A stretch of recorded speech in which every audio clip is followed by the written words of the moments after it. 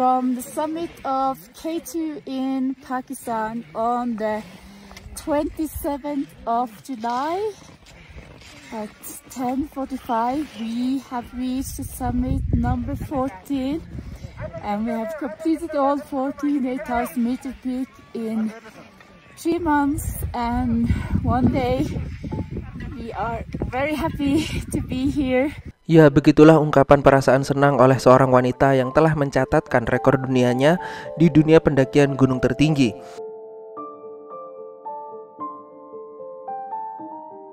Kristin Harila adalah seorang pendaki gunung profesional berkebangsaan Norwegia yang lahir pada 28 Maret 1986. Dalam video tersebut, dia telah selesai dalam misinya mencapai 14 puncak gunung tertinggi dunia dengan waktu tercepat dari rekor sebelumnya yang telah dilakukan oleh Nirmal Purja. Kristin selesai ke-14 gunung tersebut dalam waktu 3 bulan lebih 1 hari. Sedangkan Nims atau Nirmal Purja menyelesaikan dalam waktu 6 bulan 6 hari. Aku sudah buatkan video tentang perjalanan Nims Purja di videoku sebelumnya yang berdasarkan filmnya. Jika kalian yang belum menonton bisa mampir ke sana setelah menonton video ini. Nanti aku sematkan di deskripsi ya linknya.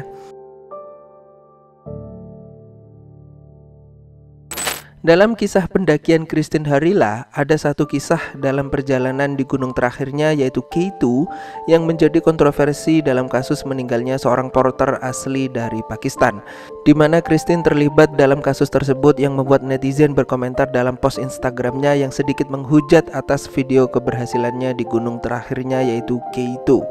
Bagaimana kisahnya? Yuk kita bahas.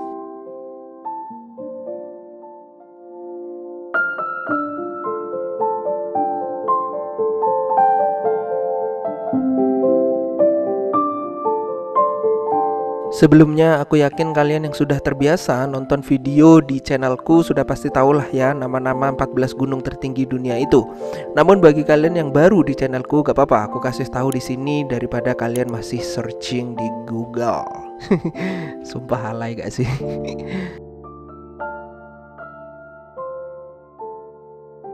Nih aku urutin 14 gunung tersebut dari terendah sampai yang tertinggi ya dari ketinggiannya.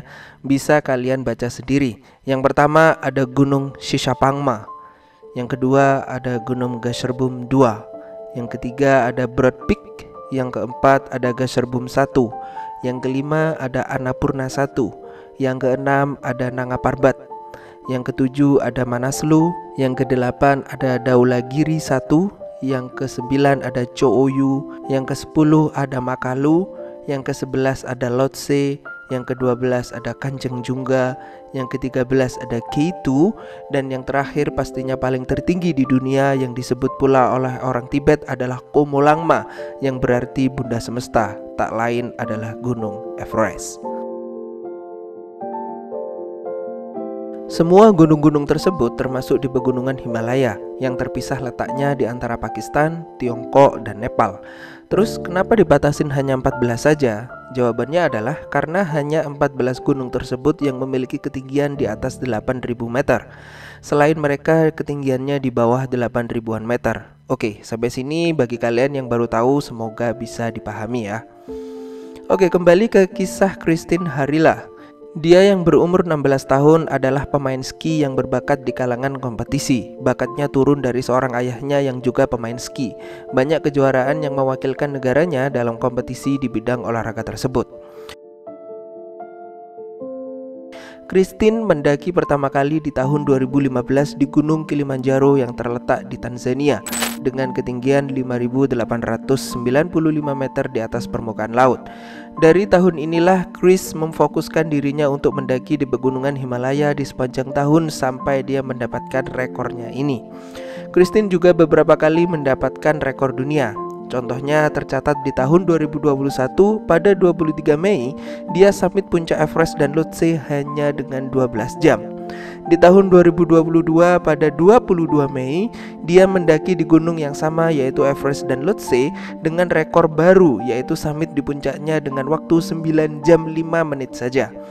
Dan di tahun ini atau di tahun 2023 pada 23 Mei ini di gunung yang sama dia mencatatkan rekor baru lagi dengan waktu 8 jam saja summit Gunung Everest dan Lhotse. Dan di tahun ini pula dia mendapatkan rekor ke-14 gunung tertinggi tersebut dengan waktu 3 bulan lebih 1 hari yang selesai pada 27 Juli 2023. Tentunya dengan para Sherpa dan timnya ya. Sampai di sini aku akan sedikit menceritakan banyaknya berita yang menyebar di gunung terakhir yaitu K2 saat pendakian Christine Harila dan tim, yang memang di sosial medianya dia dihujat oleh netizen untuk video yang menyebar. Musim pendakian di tahun 2023 bisa dikatakan padat untuk gunung tertinggi kedua dan paling berbahaya di dunia yaitu K2. Porter dari Pakistan yang bernama Muhammad Hasan yang saat itu bertugas memasang tali untuk para pendaki. Isu beritanya saat proses pemasangan tali dia terjatuh bersama longsoran salju yang mengakibatkan dia tak sadarkan diri sehingga kakinya patah. Dia terjatuh di tengah-tengah rute perjalanan para pendaki yang hendak ke puncak, yaitu kalau nggak salah jarak 1300-an meter lah sebelum puncak K2. Koreksi ya jika aku salah. Nah, ironisnya dari kabar yang menyebar saat setelah dia terjatuh dan terbaring, dia masih hidup kurang lebih selama 3 jam. Para pendaki yang melewati rute tersebut hanya melewati tubuhnya tanpa bisa menolongnya. Nah, secara kebetulan ada yang merekam kejadian tersebut dan kebetulan juga saat itu yang melewati tubuhnya yaitu Christine Harila dan tim.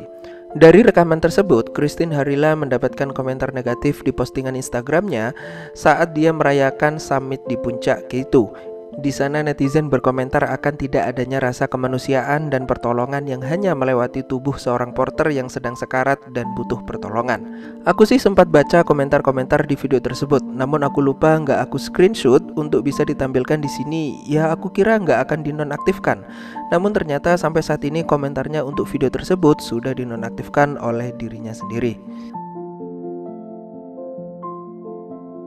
Christine sempat menyangkal akan isu tersebut karena itu foto dan video yang beredar adalah potongan dari rekaman yang gak full dari awal.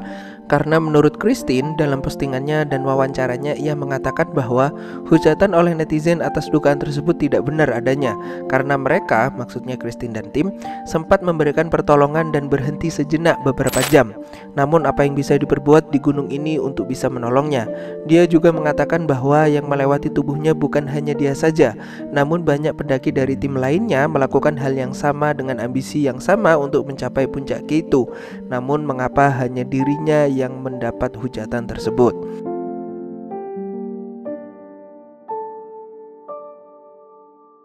Kalau menurutku sih di area bottleneck tersebut sungguh sulit untuk mengevakuasi tubuh manusia dengan lebar jalan yang hanya cukup 1 orang saja, khususnya di area dead zone ini. Dan memang tak pernah ada pertolongan yang serius di area ini di Gunung K2. Karena mustahil membawa tubuh manusia yang tak bisa berjalan dari area puncak apalagi di gunung es. Itu akan menguras tenaga dan resiko kematian bagi sang rescue juga. Christine Harila menambahkan bahwa mereka semua yang mengirimkan negatif isu tersebut menyayangkan akan tidak tahunya keadaan, kondisi dan situasi saat itu di atas sana. Dan dia berharap untuk menyudahi isu ini dan menyayangkan pula kepada yang menyebarkan video dan foto-foto tersebut. Tak sedikit pula banyak yang membandingkan dirinya dengan Nims atau Nirmal Purja atas rasa kemanusiaan dan sikap kepahlawanan sebagai seorang pendaki yang profesional. Karena isu inilah membuat pencapaian prestasinya atas 14 gunung tertinggi dunia yang tercepat hingga sampai saat video ini diupload, pencapaiannya menjadi sedikit agak suram yang nuansanya memberikan luka terhadap pencapaian di gunung-gunung lainnya. Apalagi kejadiannya di ekspedisi terakhirnya yaitu Gunung K2 akan sedikit membekas beritanya dalam waktu yang agak panjang. Paham gak sih maksudku kalian guys? Ya pokoknya begitulah. Di sisi lain aku juga respect kepada Christine Harila yang sudah banyak membuka pintu donasi untuk keluarga Muhammad Hasan yang telah ditinggalkan dan mendapatkan respon positif dari banyak kalangan donatur untuk menyumbangkan bagi keluarga yang ditinggalkan. Oh ya lupa, Muhammad Hasan adalah kepala keluarga dengan seorang istri dan 3 anak.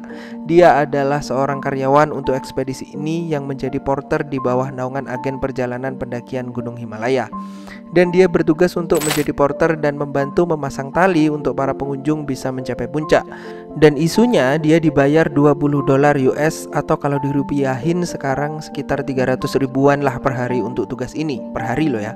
Dan memang dia membutuhkan banyak dana untuk menghidupi keluarganya dan biaya pengobatan untuk ibunya yang sedang dirawat di rumah sakit. Untuk itu dia mengambil pekerjaan beresiko ini untuk bisa mendapatkan uang yang lebih banyak, yang terkadang juga mendapatkan tips dari pendaki yang lumayan lah sebagai tambahan gajinya. Dan bagiku, Christine juga gak salah akan kejadian isu ini.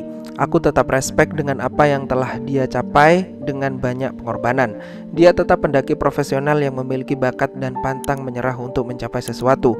Karena aku lebih menghargai prestasi dan karya seseorang yang telah banyak mengorbankan apapun demi mencapai sesuatu daripada menghujatnya namun belum tentu juga itu full dengan kesalahannya. Karena gak semua dari kita bisa sama dengan dia yang bisa mencapai prestasi tersebut meski dengan pengorbanan yang sama. Karena banyak pendaki legendaris lainnya yang terdahulu juga mengalami hal yang sama, seperti kisah dari Reinhold Messner, Jurex, Anatoly Bukrev, Rob Hall, dan lain-lain. Maka dari itu kejadian seperti ini adalah hal yang biasa dan wajar di pegunungan Himalaya. Nah, begitulah kisah dari Christine Harila yang sudah mencatatkan rekornya dan namanya akan menjadi legenda pendakian profesional. Dan aku juga ingin kalian mengutarakan komentar bagaimana menurut kalian tentang Christine Harila. Oke, sekian dulu dariku. Kita ketemu lagi di next video. Jaga selalu kesehatan kalian. Jangan lupa makan, bila tersedak segera minum. Jangan lupa like. Terima kasih dan bye.